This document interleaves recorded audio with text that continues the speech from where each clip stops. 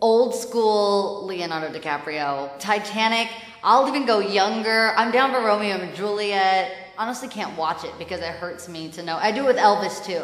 Elvis makes me, I can't really watch his movies because it makes me so sad that I'm not with him, that it makes you want to reach through the screen and like have a panic attack. My first movie that I watched over and over again until my VCR exploded was Steel Magnolias, and I still watch it all the time, and I still cry like a baby. My favorite part of the entire movie is when Dolly says there's no such thing as natural beauty. I snuck to see Chucky with my brother, and it was the worst mistake of my entire life because we were both terrified because we were so scared. We had to go like get in bed with our parents, and we had to tell them that we watched Chucky.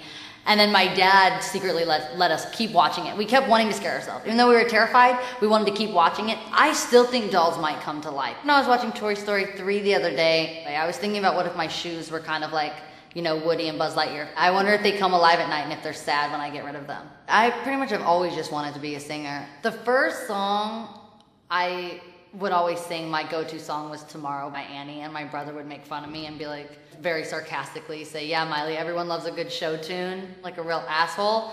And so I would lock people like in the shower because the acoustics sound really good. So I would lock people in there so that it would sound really extra loud and sing Tomorrow.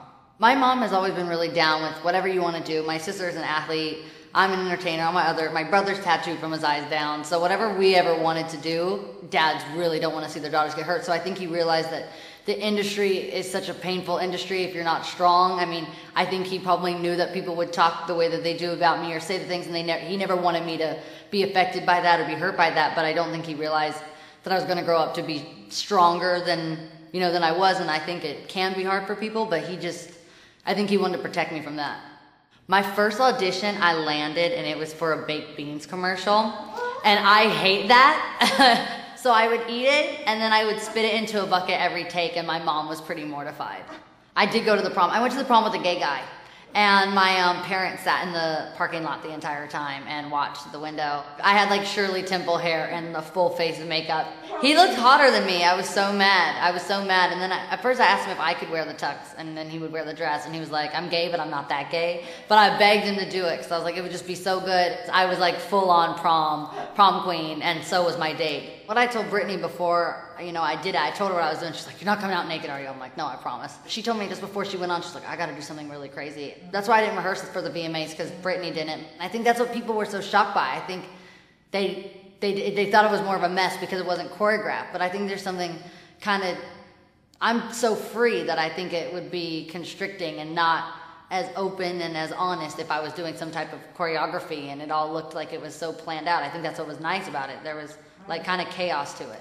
I didn't want to do what I was really going to do because I didn't want them to then like can me from the whole thing. People are still talking about it, so I'm really happy that I did what I did. More young girls thank me for being honest than I do, people criticizing me. So that's all I really care about. I hate leaving my house. I feel completely paranoid when I leave my house. Mostly, it's not even paranoia because it's real. People really are staring at me. I like being home. I have 4 dogs, so I feel guilty when I leave them for too long. And yeah, I'm pretty much always home. I think people think I'm off on like a private island partying. I'm actually just sitting at home with my little rescue dogs, chilling. I get embarrassed when there's no people around. Well, I can do 10,000 people more than I can sing in front of 10 people. Sometimes it'll be in the middle of it that I'll just can't believe that it's my life, kind of. It kind of trips me out sometimes.